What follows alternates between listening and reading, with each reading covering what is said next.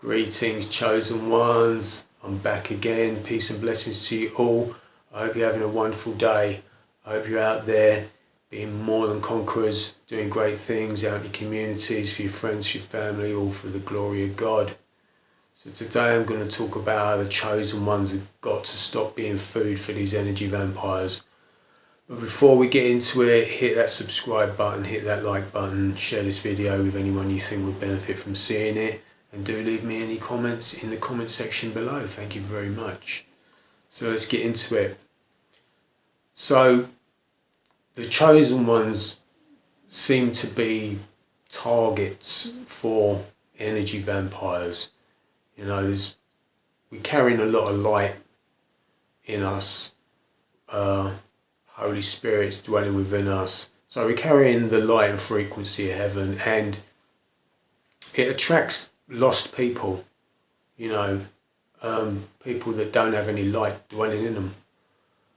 And the chosen ones are generally empathic. We're empathic people. We want to help people. We want to help raise people up. We want to, you know, do good things for people. And that makes us, you know, targets for energy vampires. And it's very difficult because a lot of the time we can't see we're dealing with energy vampires straight off the bat, you know, but it becomes apparent as time goes on. So it's very important that once we recognise energy vampires in our life, we have to kind of cut off, because it never ends well. You know, there's a lot of lost people out there, covert narcissists, people with no light in them, and a lot of the time they don't want to do anything for themselves. You know, they see you as a food source. So once they see you as a food source, you know, they're not going to do anything for themselves to try and improve their lives. They're going to keep you around and feed off your energy. So you'll end up drained, you'll end up depleted, you'll end up run down, you know, and they're kind of riding high on their energy that you're supplying to them. And they don't seem to realise, you know, we've got a higher purpose. We've got things we need to do out in the world. We've got goals we need to achieve. We've got a mission, right? And they're sucking all that energy away, and basically just feeding off of it, you know. And it's very important we stop helping people that aren't prepared to help themselves, or at least do some sort of introspection, soul searching, and a lot of the time they're just not the sort of people that are prepared to do that. The problem with energy vampires and covert narcissists is they kind of slip in under the radar. We hear stories, we want to help people, being empathic, we get drawn in, you know, and they're very manipulative and clever at how they go about things. As chosen ones, we tend to be very empathic. We hear stories. I mean, a lot of the time, you know, stories are true as well. You know, they might have gone through hard times in life, but hey, you know, most of us have gone through hard times in life as well, right?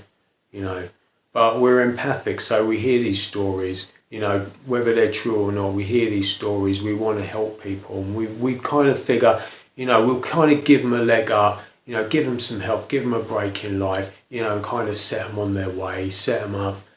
And it never works like that. You know, you'll end up being depleted, you know, bit by bit. Your energy is being sucked out. And, you know, the energy vampire, you know, becomes addicted to your energy. So as much as you're giving, it's never enough, okay? So you'll be guilt tripped into doing more, you know, and you'll be sucked into this kind of time and energy sinkhole, you know, that you can never fill. I mean, these are empty people. They're kind of dead inside. So there's a gaping empty hole. It's like a black hole, and no matter how much energy is fed into that thing, it's never enough. It never fills up, because they're just hollow people, right? They're not building their own light. They're not building their own spirit. You know, they're sucking it out of you. So gradually, bit by bit, we are noticing that whatever we're doing for these people is never enough. Okay, you know, there's always something else you've got to do. There's always something else, and they'll start to guilt trip you. They'll start to gaslight you. You know, because they just want more of their energy supply.